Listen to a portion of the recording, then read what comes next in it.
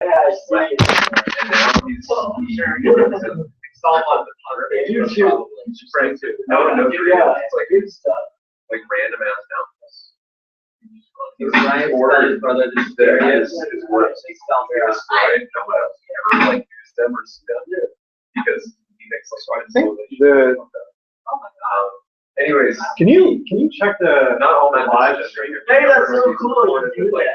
You know they're having Wi-Fi in the car or something, and then he made some statement in general that was true and very insightful about myself. Like, I don't really understand it. Link where? on the Facebook page? Specific number. Okay, I think it's working. Okay, well let's start with 57. The prime number 57. 57. Yeah, that's working. Anyways, I put it on these there. are stupid examples. I find it. I like that. I grew up with these kinds of stories, so it's okay. We get everyone for live, so. Are we gonna record it also, or? No, I don't think we'll. Well, we can decide whether to release it. Lisa? No, you're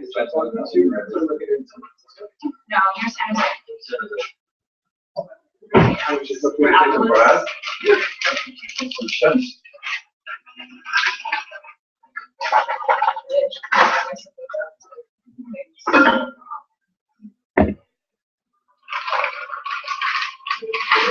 I know there's at least one of the person who's going to be coming, but maybe we can get started because there already is some 12.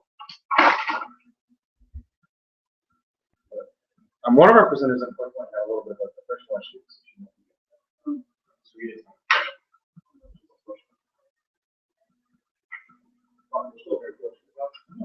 And there it is.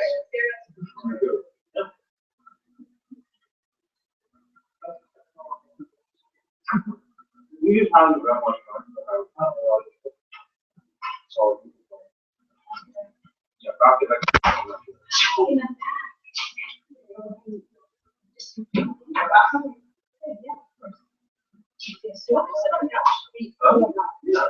Hey, I'm back. How you doing?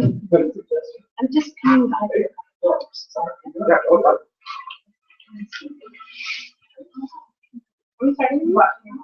Yeah. Anything is fine. They PowerPoint will be used. So you're able to see the TV. Hello, everybody. Thank you for coming to our open meeting, which is we'll be talking about building an international network as DFP has been focusing on for quite some time now.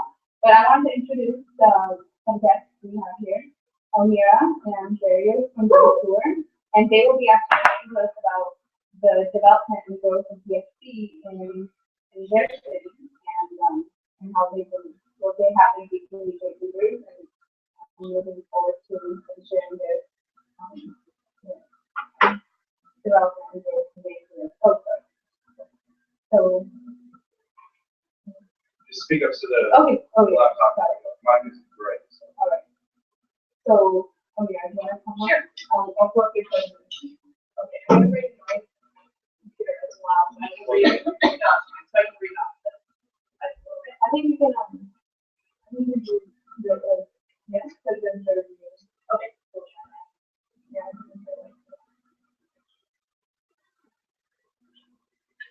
Is it already up? Already up.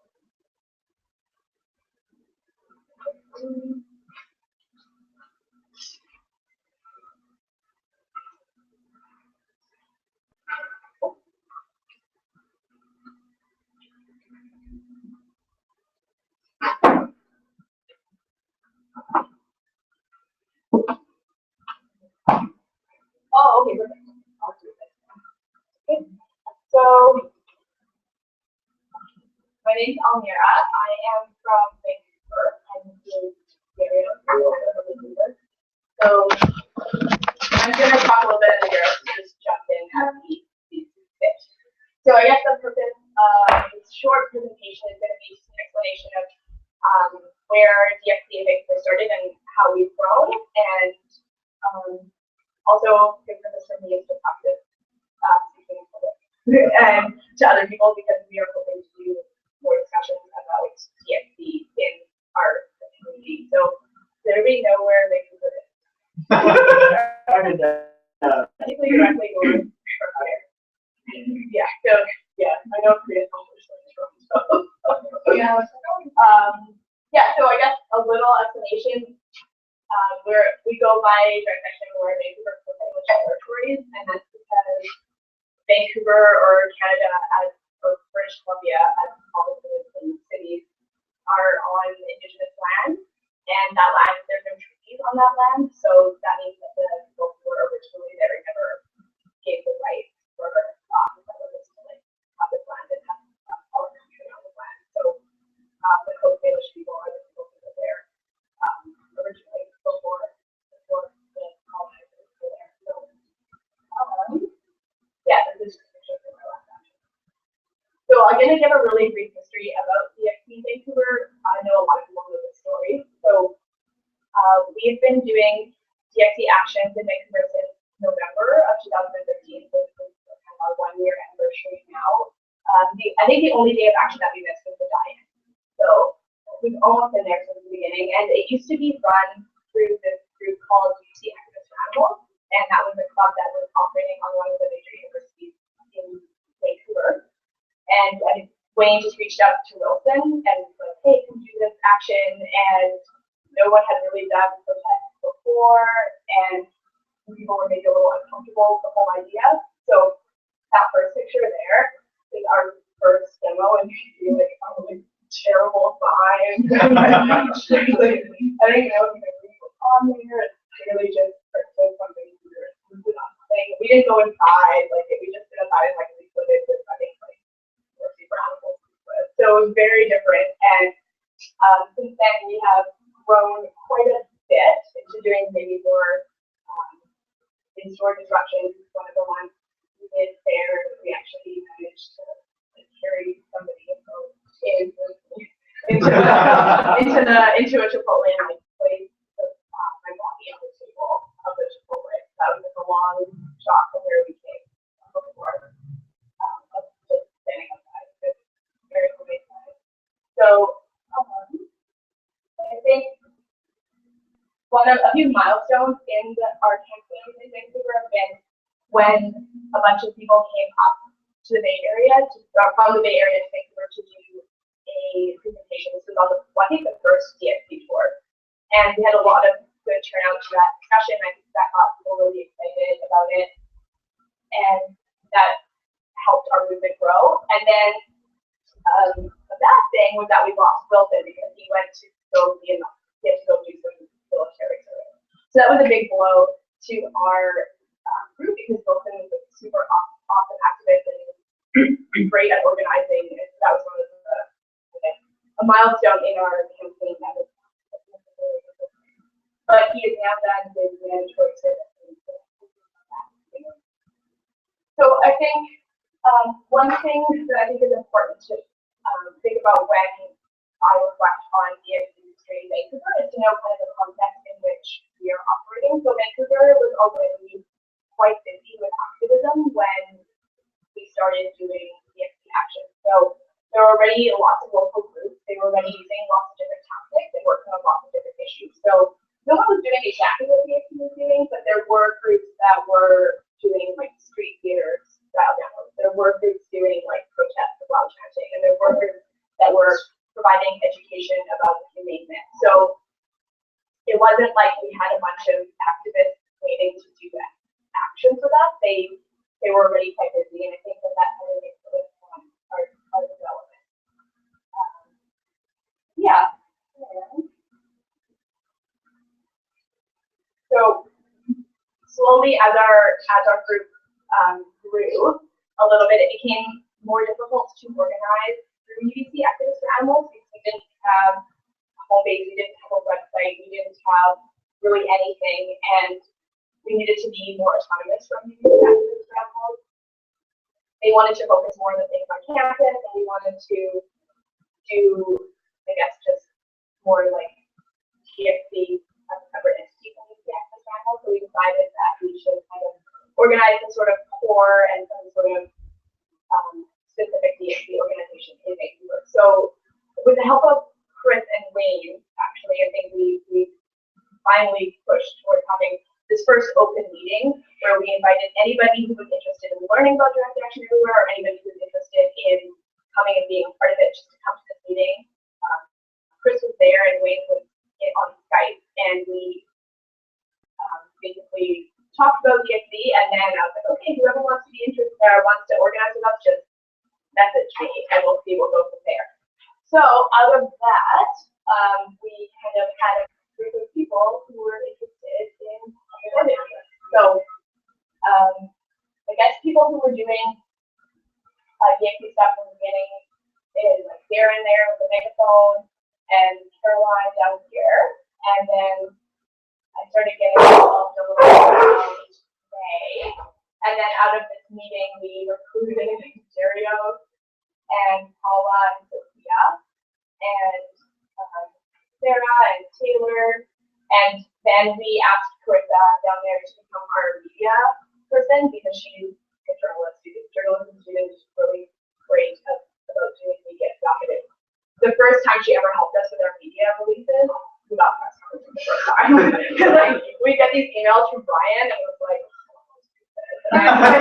we were like, Carissa, and then she like set up a Twitter, she set up an email, and like I had an interview with the first time. So it's really working. So we have a pretty good group of people. And I guess a bunch of us had come down to the forum in May, and we saw how guys here in the Bay Area were organizing it, which is super awesome, but we realized I don't think that was very realistic for us. I think we were to have meetings every week and to have like so many events going on. Like I don't know how many events are here, but at least once a week I think that you guys have something. So we set out some realistic expectations for ourselves. We were going to meet every other week, and once a month we meet in person, and once a month we meet over Skype, and then we were going to aim to do open meetings like once every other month or something like that. Just because everybody's super busy. So we have actually managed to stick to our meeting schedule, but we haven't really had another open meeting yet. But we're planning one for the end of the month. So I would love to do more stuff and have it more regular, but it is quite difficult. Probably because everybody in the core is involved in other analytic groups and activism, and we're also pretty geographically separate from each other. It's very difficult to get in. We don't have a space. And like for example, Dario and I live like well over an hour apart. So meeting in person is like, I don't know if you want to talk to me, but well, I can talk about one challenge that we have, which is like on connections. There's already like a lot of different activist groups around there. So it's been a bit of a challenge, like getting people to consistently commit to coming out. Yeah, I guess we have faced quite a few challenges in trying to establish like solid core of you guys that we aspire so much to have like in the Bay Area. There has been a little bit of pushback from people in the community, as there is everywhere. I don't know if it's as bad as it makes residents in some places, but the same sort of criticism, like whether or not this is direct action or whether or not they agree with our tactic. People from other communities, like people in our community trying to like say like, oh, you should go to action, stuff like that. But on the other hand, the people within the community have been really supportive, even if they aren't necessarily coming to our actions. We haven't had a lot of backlash from actions in the community. It's mostly from outside. And then, like I was mentioning, the actual physical space thing is a huge challenge for us. And I never realized how important that was until we started trying to organize it. We don't have anywhere to meet to prepare a demo. Like we have to like rehearse our demo in alleyways beside the restaurant, and hopefully nobody's coming. Like which is really hard when you have like a giant banner and you're trying to like so that's difficult. So I think that one of the next steps or something to consider when organizing a course to really focus on trying to have a space, a physical space to organize it. And then, trying to find like where DXD fits within the Vancouver activist scene because I think there is obviously, there's a role for DXD to play in Vancouver. member and I don't want to take away from other actions. I don't want to steal access to other groups. I was half of the family, but as we all know, that's difficult to achieve. So that being said, I think we have had quite a few successes. We've definitely grown and become, like I was showing before, a little bit more daring, if you want to say, or sophisticated in our actions. I just wanted to talk a little bit about the last two actions that we've done, because I was quite proud of those. The one we did for the Disrupt Season Challenge, we didn't have actually a very good turnout. Well, 11 of that. Wait, so the one where we watched. Yeah. That was good. Yeah. I don't. Yeah. Oh, I thought we only had 11. Anyway, we had a fairly small number of people, and we managed to take over the streets of downtown Vancouver, like marching in the street and like shutting down, or not shutting down, but like taking traffic stop. We had this like really big banner, and we just like, okay, let's do it. And we like went to the street, and we walked from store to store, and at each store we had to go in and do a disruption with people inside, and the rest of us put the banner outside. And it got a ton of attention because it's downtown Vancouver, really busy, really big tourist areas, this time on the street, and that was like awesome to see that we could do that with quite small number of people. And we had a bunch of activists do the individual disrupt challenges leading up to that. Yeah, I would say at least, quite a few like shares. Like, I don't know if you guys saw the one that Taylor did that was shared like quite a few times when he was in the store selling fur. Oh yeah, the store selling fur. Yeah, he was showing. Yeah. So and then this last demo. So we did our memorial for in the Whole Foods restaurant, but I just wanted to talk a little bit about this one. I had three people that I wanted to highlight in this demo that I think shows a lot of positive things about DXC. One of them was an activist who came and joined us, and she had previously done some actions, but in the past I think was quite burnt out and wasn't as involved anymore. She was just trying to take some time with herself, and which is fine, but she came to this action, and I think that one of the first ones she'd done in a while, and she was very participated a lot in it, and after she said that, it felt so awesome to do it and to get back into it, and she probably really loved it. So I think we were able to bring back the people into action that had previously felt maybe disillusioned or burnt out, not feeling very positive about it. So that was one thing. Another person that joined us in this action, we literally met only 2 hours or 2 or 3 hours before the action. We were at another demo, and she heard us yelling and came, oh, you guys are protesting fur, we'll join you, and she joined us, and then we were saying like there's another action happening in a few hours, do you want to join us? And she was like, yeah, sure. And we're like, okay, meet us at this place at 4 o'clock. And she said, well, I don't have a phone, I don't have a laptop, like can I just like hang out with you guys until then? We're like, okay, like we don't know anything. It was like comes to the parents' house, like hangs out with us and does this action and speaks in the demo. And like I don't know if she's vegetarian, I don't know if she's vegan. She is currently living in the shelter for homeless youth. Like she probably doesn't have a lot of autonomy over what she's eating. And I think that had this been like a go vegan like diet purity sort of method, like maybe she would have joined us. But the important thing is that she was like we're not human animals, and I think that we had that message and try to create this really welcoming atmosphere that she felt comfortable joining us. And I hope that she joins us again.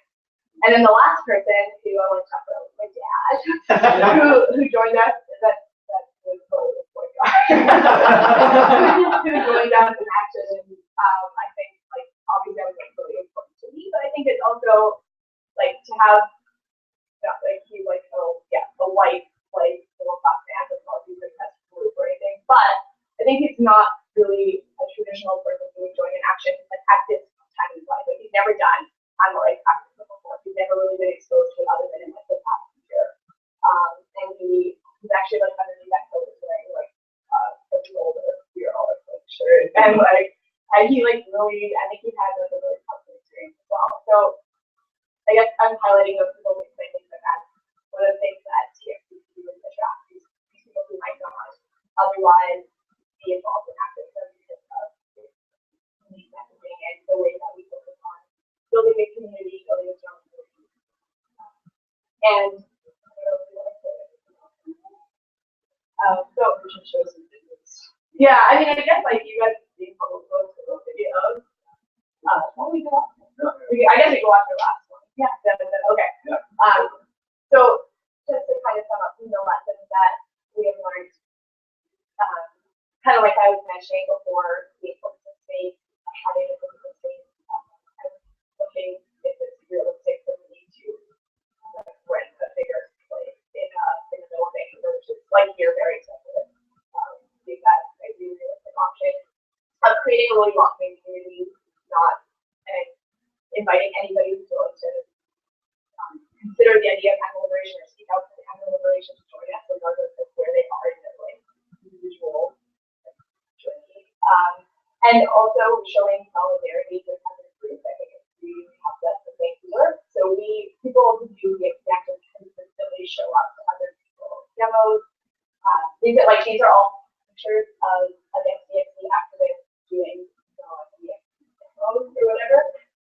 And that has really helped. So the people who were maybe like not so keen on the XD in Vancouver has really helped them see that we like consistently doing really good work and really good actions and are reliable people and good people to work with. Because in the past months, I think some individuals have been like, oh, action. So like it doesn't still come out, but I think like they're more and more interested.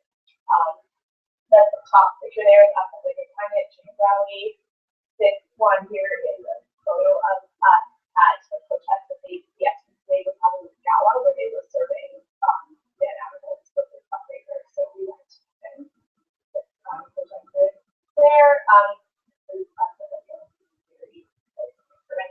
Here we did an action. There's only 4 H's.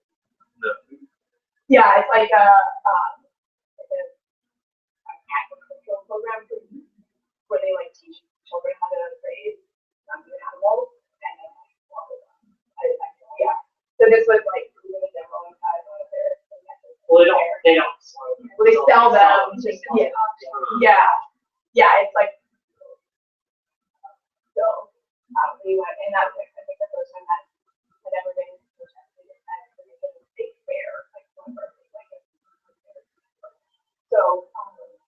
Yeah, and another thing I think that's really helpful me is like when we get like maybe like a smaller turnout at an action or we pay for pushback is to connect with the international community because maybe our actions or the number of people who are doing our demos isn't necessarily growing, but to see all the other people who are doing demonstrations across the globe and to connect with them on Facebook and when you post something and they support you, that has really been important for me. Just to see that we have a community, even if it's not in our local community. Yeah, and it's getting bigger. Yeah. And to look at the big picture, and like, we've only been doing this for a year, and like I went back and looked at the whole pictures of those demos. I mean, like it was awesome, but so.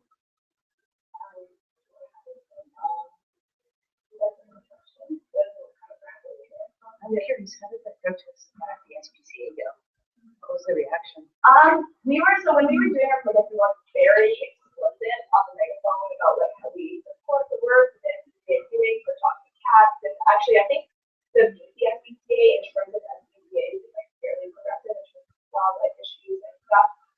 But that like, why are they fundraising? And then all of them need those humane, obviously, at this moment. So we were doing like pretty like elaborate long speakouts on the megaphone explaining our position instead of just like standing there chanting.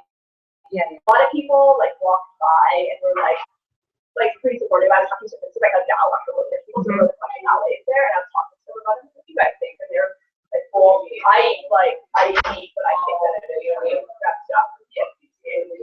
And quite a few people who were coming to the gala were like, I'm vegan, and they didn't agree necessarily with what we were doing, but I think that they kind of understood that we had obviously dialogued with the SPCA before this and asked them to not serve animals on the menu. And they said, oh no, we usually wouldn't come. And so we're telling all these people who are coming to the gala, like they're saying that you wouldn't come if they were serving vegan food. but you're vegan. So why don't you go in there and tell them that you don't approve of like, and I think most people were pretty receptive. Yeah. It was like overall positive. Yeah, but I mean, like, not more than that. Actually, and then another really good thing about this, like, in terms of like solidarity, this demo was organized by a person who literally knows H1 in her life. She was like, saw this article that the FCC was having this gala, like, this is fucked up, and I'm gonna organize this demo. And so she had created this Facebook page, like 45 people that they were gonna attend, which for Vancouver is huge. And so many of the people were like, I don't know who these people are gonna do after. And none of them showed up. But all the people who showed up were like DXC people and like people who do like consistent actions in Vancouver. So we're like, now she's like, these are the people who are gonna come to action, but now I think she's kind of balanced like in this community. So just like, and she was like, I'm organizing this demonstration. I don't know how to do anything. I don't have signs. I don't know what happens if the police come. So we're like, okay, we'll help you. And so she did this thing, and I think that was like a good thing for the whole community and for her as well to show her that we support her.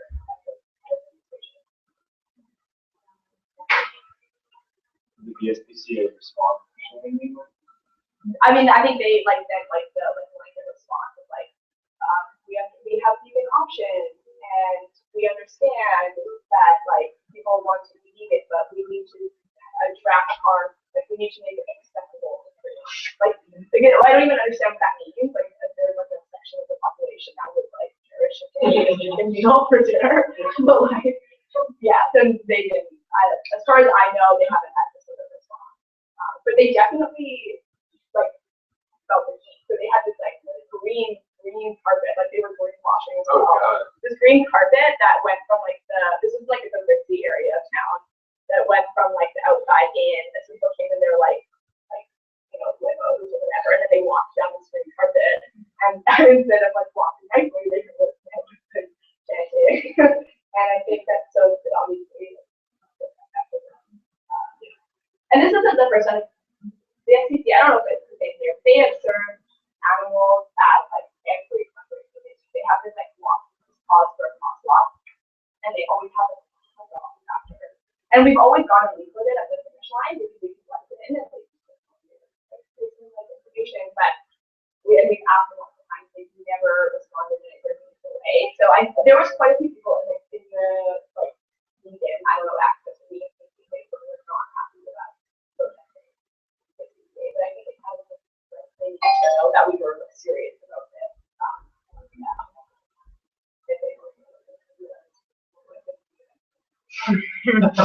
Maybe next time ruin it with the truth.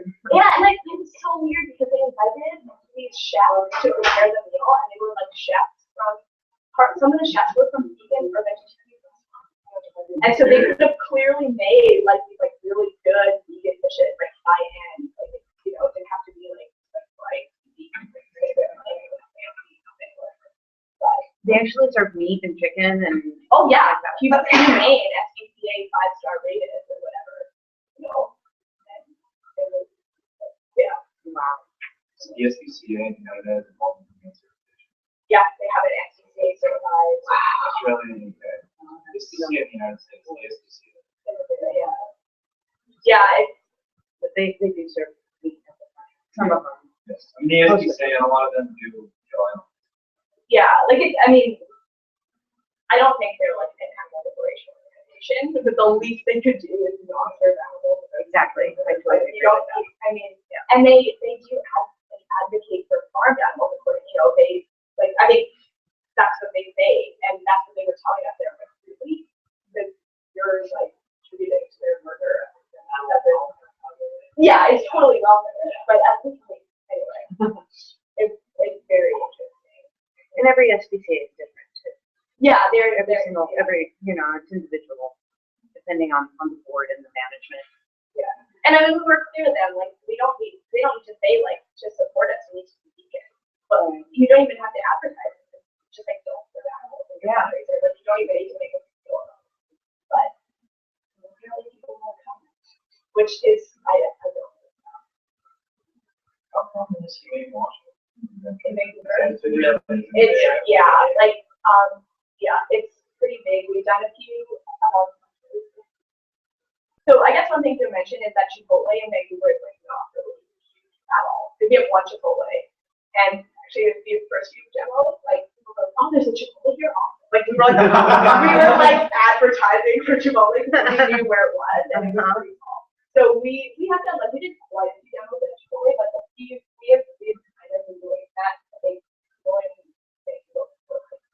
before it's the same one every time. So we'd even show up and knew our faces and like they already did.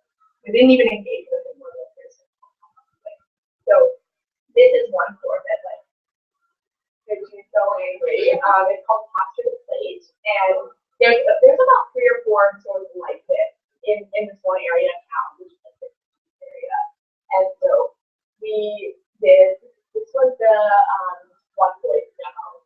We did this year, and we had a lot of backlash from the general public watching them.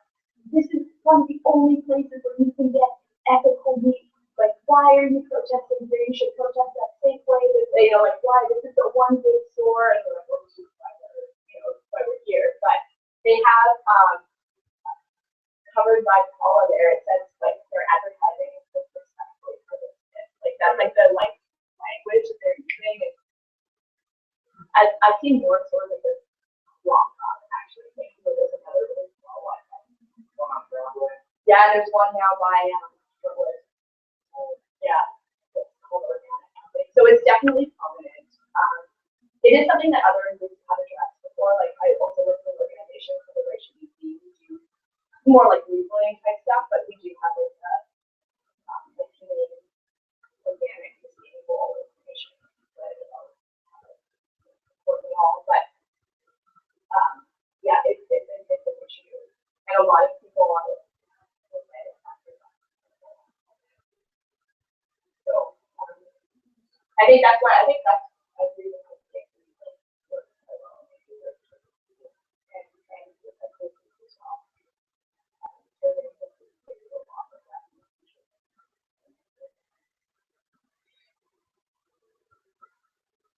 Have there been any investigations of inmates fire or something? I don't know where. I don't know.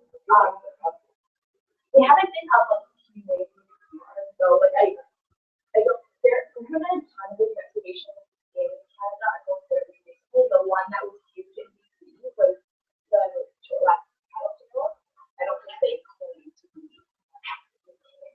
We did go to that farm actually, which is like myself and one other activist, like we're able to like walk right up and we look like so like it's like a picture of you like how like yeah. And yeah, like it's really awful.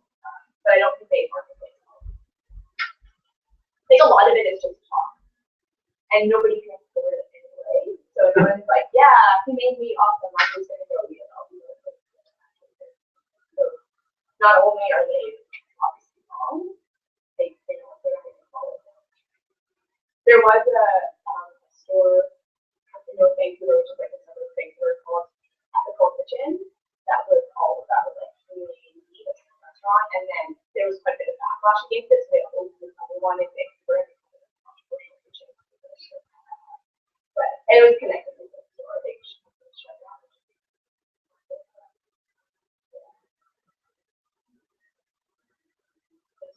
Yeah, I'm just curious, because I want to make sure that we're communicating press information well. What helped you with Melissa, like develop like more of a press operation? Like how perhaps can I communicate that better? I think Carissa just like knew what to do. Like she has contacts with media, she knows how to write for media. I don't know doing the coach. Like I was just like, she was like, can you do this for us? And she's like, yeah. And the next thing I know, like someone was like, actually that first interview on the started naked because I was like jumped out of the shower and was like, here's like this phone call. Like, really weird. And it was a terrible interview. But like I was kind of like not the one that I was on the call for. That was planned. This was something else. It was like a people left to take that route. But I don't even know if she sent out. It might have just been like that she knew who it to and then she fixed at the appropriate time. Because I think she knows knows when it's like people come to I don't know if it says in your page. No, I don't think we actually discussed. It might be good to when specify when to send it out. Actually, we say 2 days before. I think the biggest thing is, I think this is one of the reasons basic connections is really important. Having someone just like walk you through it the first time you do it. So, because anytime you're doing anything, it's really good to know about the exit connections. It's a program where we're like, going to try to spread information about our networking or essentially, right? Identifying what it was that for people who know how to do stuff. So, hey, you all up for something that you know background across it all. Love to find out.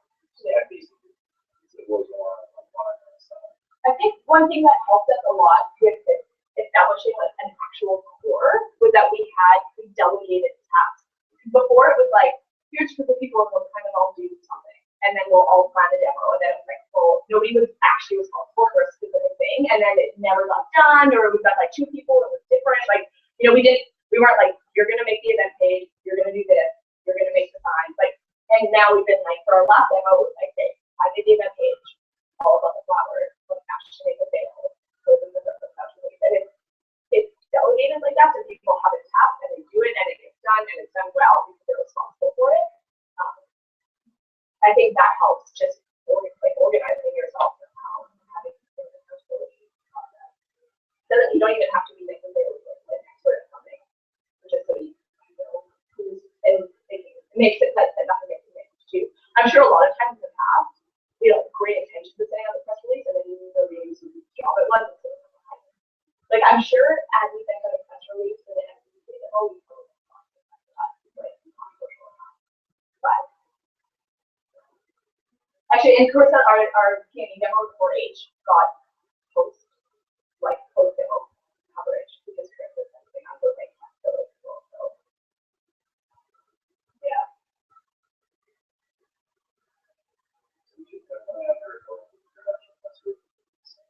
Yeah, and I think she like also each other. Yeah, she really enjoyed it as well. That's good.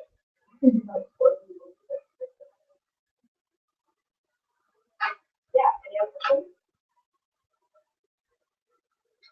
So I was wondering if you could kind of expound a little bit about the criticisms you faced in using the term direct action, because I think it's interesting that the criticisms that we hear most often in the Bay Area are from the opposite perspective. That we're too intense and too hardcore. Like, I can't believe you're doing all these really computational things. And folks locally probably haven't heard as much. The other side, there's the segment of activists who think, oh, you're not real, real direct actions. Why aren't you making it more hardcore? Why aren't you breaking the law? So I'm wondering if you could just share a little bit about that. What's different in your area of the people who are I mean, I think there is still an element of people who think that we're like too extreme, but those are people who aren't doing like anything, and I don't know if they would anyway. So I maybe put less weight on that criticism. I don't want to speak for the other people, but I think some of the criticism we've heard is that whether or not the definition of direct action includes things like,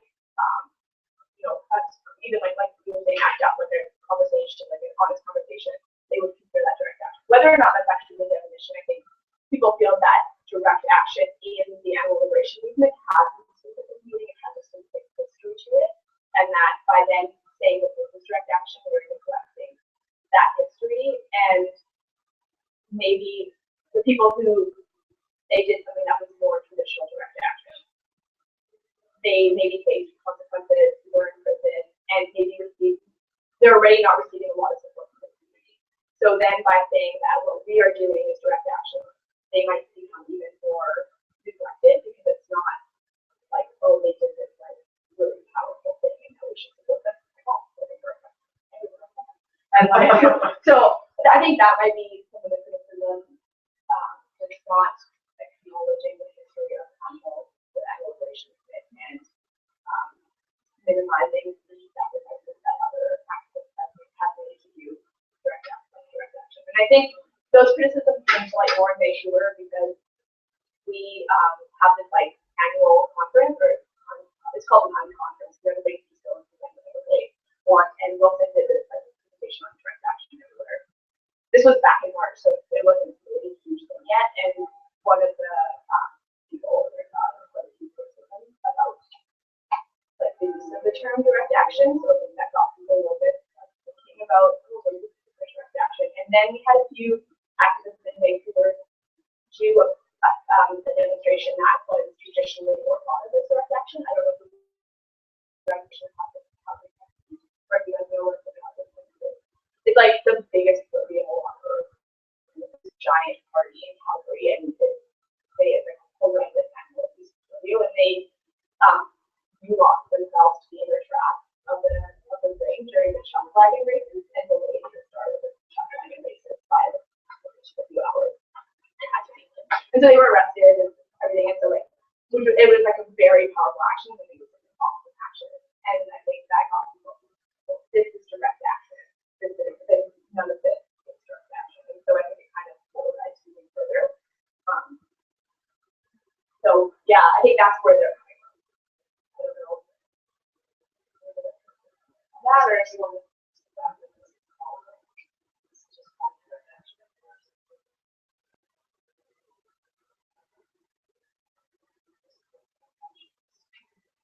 yeah. So I don't know if it's just an argument over semantics or if it's an argument over that it's an argument that we want to say, yes, it is, but So this is something we actually thought about a lot. Obviously, kind of the ship has sailed at this point. Yeah. We're not going to change the name.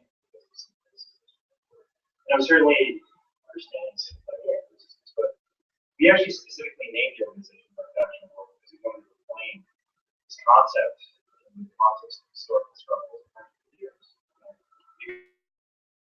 Go back to 180%.